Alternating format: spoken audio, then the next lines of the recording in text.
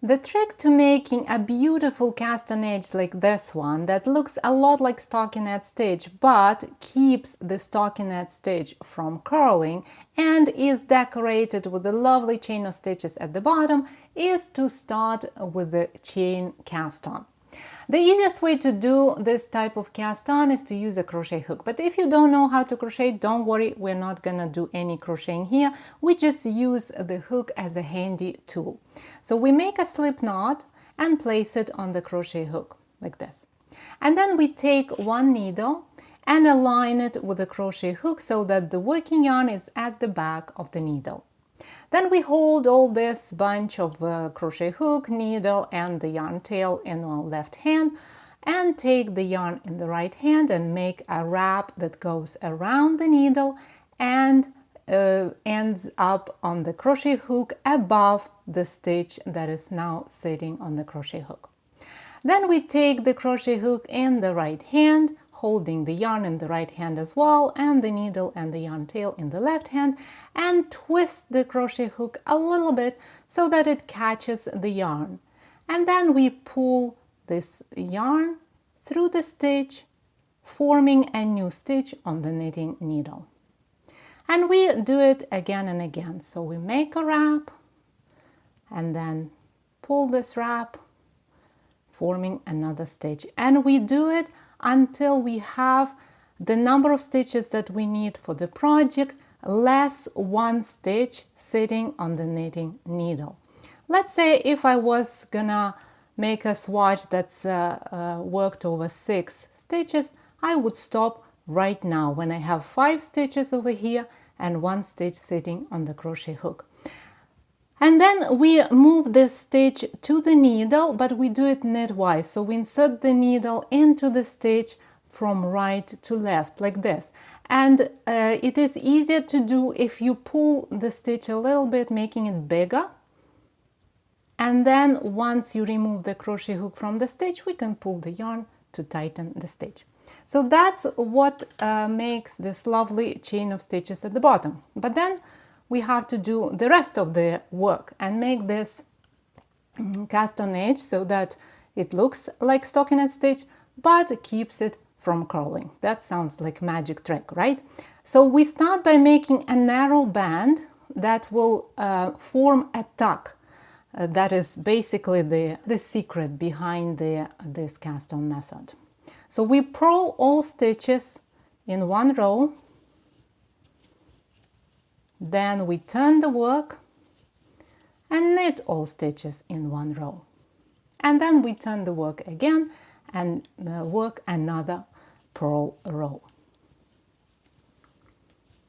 Okay, now the band is ready. So we worked 3 rows, we purled all stitches, knit all stitches and purled them again, making a little band in stockinette stitch. So now when we turn the work, we will be looking at the right side of the work, at the knit side of the work, and we will also see that the stockinette stitch already tends to curl.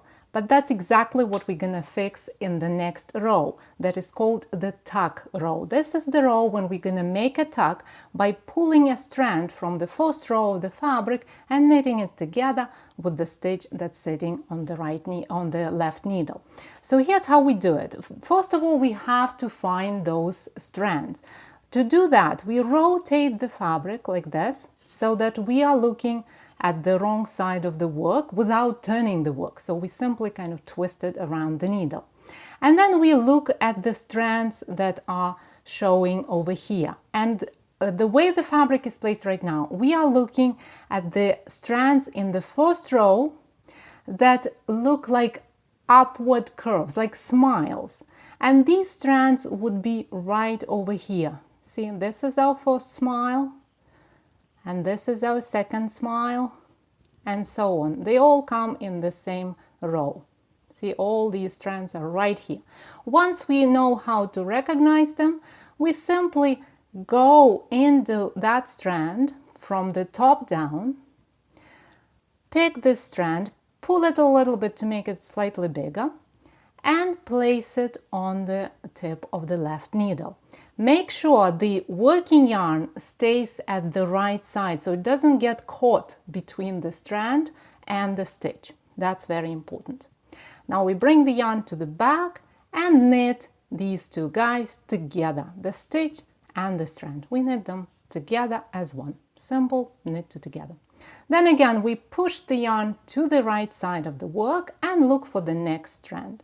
And this one will be right over here. See, it's right underneath. It is the third bump underneath the stitch. It's pretty easy to find once you know what you're looking for.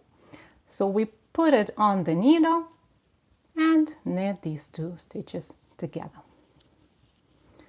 And we do it until we knit together all picked up strands, all these tuck strands, with the corresponding stitches. And the last pair of a stitch and the picked up strand knitted together, and we are all done. We've just formed a beautiful tuck. Keep in mind that the next row is going to be a wrong side row. If you work in stockinette stitch pattern, then purl all stitches in this row. If you work in a different stitch pattern, then follow instructions in your pattern, but look for the instructions for a wrong side row.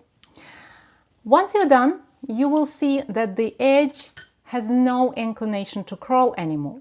Even though the tuck looks a lot like the stockinette stitch itself, it is the same chain of stitches going through the fabric, but kind of with an embossed look at the bottom. So that's the edging.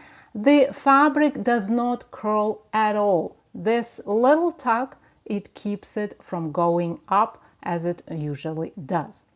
And you can also tell that this edging is a perfect match for the edging created by the tuck bind-off method.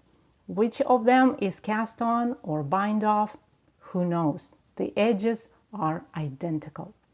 To get the full step-by-step photo tutorial about this method, go to 10roseday.com/improved-tuck-cast on. Happy knitting, my friend. I'll talk to you in the next tutorial.